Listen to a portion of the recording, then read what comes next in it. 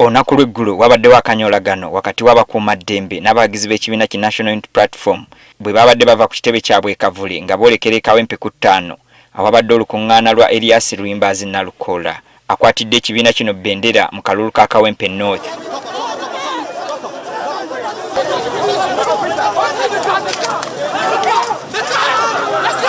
Ekyaddiridde gaabadde masasi na tear gas. Era mu kavuvuŋŋaano kano bangi bakubiddwa mizibu.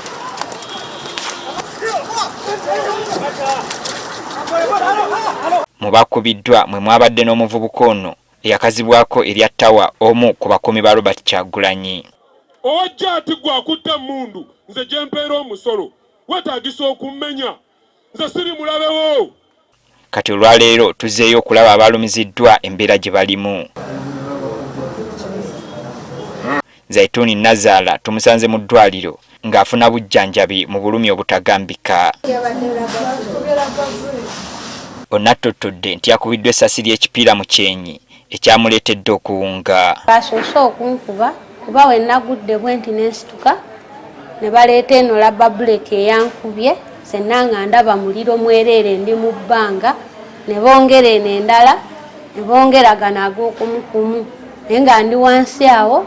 Agamba emiggo egyamukubiddwa nagyo gyabadde mizibu.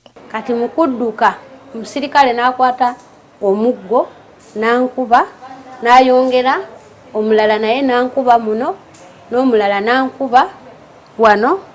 Ono si ye yekka ali mu mbeera eno. Winnie Nabiryo naye alunyumya aluddiŋŋana. Ennwana nnyo ne batanyingiza kati awo mukulwana we nagwiridde wansi kwono kati we namuguddeko then awo ne bankuba labba buleti wano ku nkoona era eggulo wadde wazimbye nnyo nga baswerinze. Pulezidenti wa NUP Robert Kyagulanyi Ssentamu asobodde okukyalirako abantu bano mu ddwaliro gye bali mu kujjanjabibwa era n'abasaasira ebyabatuusiddwako. Akawanga nga kabadde tugeza sikale akawanga tekazikolwa tikakola. Ono avumiridde ebikolwa by'abakuumaddembe okulumya n'okutulugunya bannakibiina kino. Tuvumirira ebikolwa bino. Tumanyi nti bino ebikolwa babikola lwa butiitiizi lwakuba nti bakimanyi tebalina buwagizi mu bantu kati badda kukutiisatiisa na kutulugunya bantu. David Louis Rubongoya ssaabawandiisi w'ekibiina ki NUP ategeezezza ng'abantu abasukka mu 2 be bakwatiddwa olunaku lw'eggulo. Wandege tulina abantu abasukka mu 2 abali awo abalala bali ku poliisi y'e Kaleerwe abalala bali ku poliisi gye bayita Yekabaawo wano mabega w'ekitebe kyaffe Manju. Njagala okukakasa nti poliisi y'e Wandegeya olunaku olwaleero egenda kutwala abantu 25 mu kkooti. Ono era avumiridde ebyayogeddwa ssaabakunzi wa NRM nti bakolagana n'ab'ebyokwerinda okubatuusaako obuvune. Abikola na kigenderere nga bagezaako okusikiriza poliisi akitinge. N'olwekyo ebikolwa ebyo ab'opposition bye bakola abamu tukimanyi already tumaze n'okukizuula nga bayina engeri gye bakolagana n'abapoliisi abamu ne basobola okukola ebyo bye bakola.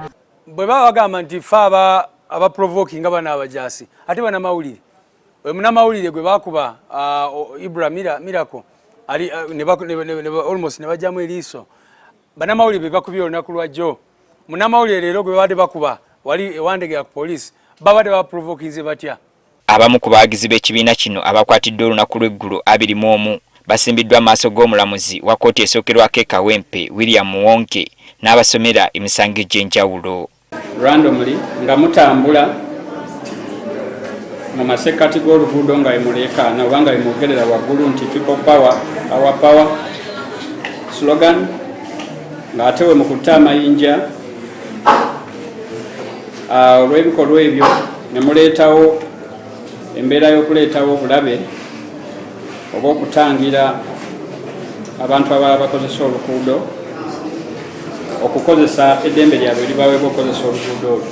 Abaleeteddwa mu kkooti embeera yaabwe ebadde mbi ng'abamu batambula bawonyera ate abalala nga balina ebizigiro by'emiggo n'okutulugunyizibwa. Honorable Semogere Elias emisango egibasomeddwa gyonna bagyegaanye.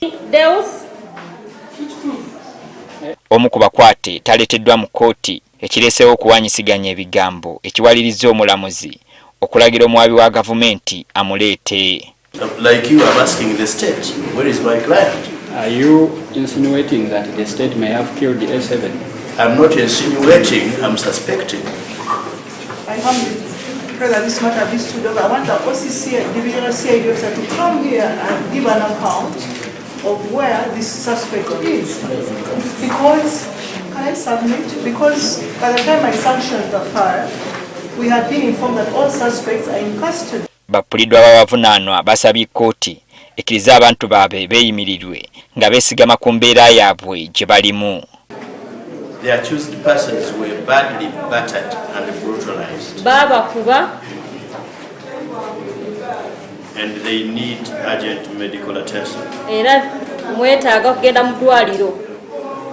Ku bantu 21 abaleeteddwa 5 bokka be bakkiriziddwa okweyimirirwa, abalala ne basindikibwa kwa limande Luzira okutuusa nga 7 omwezi guno.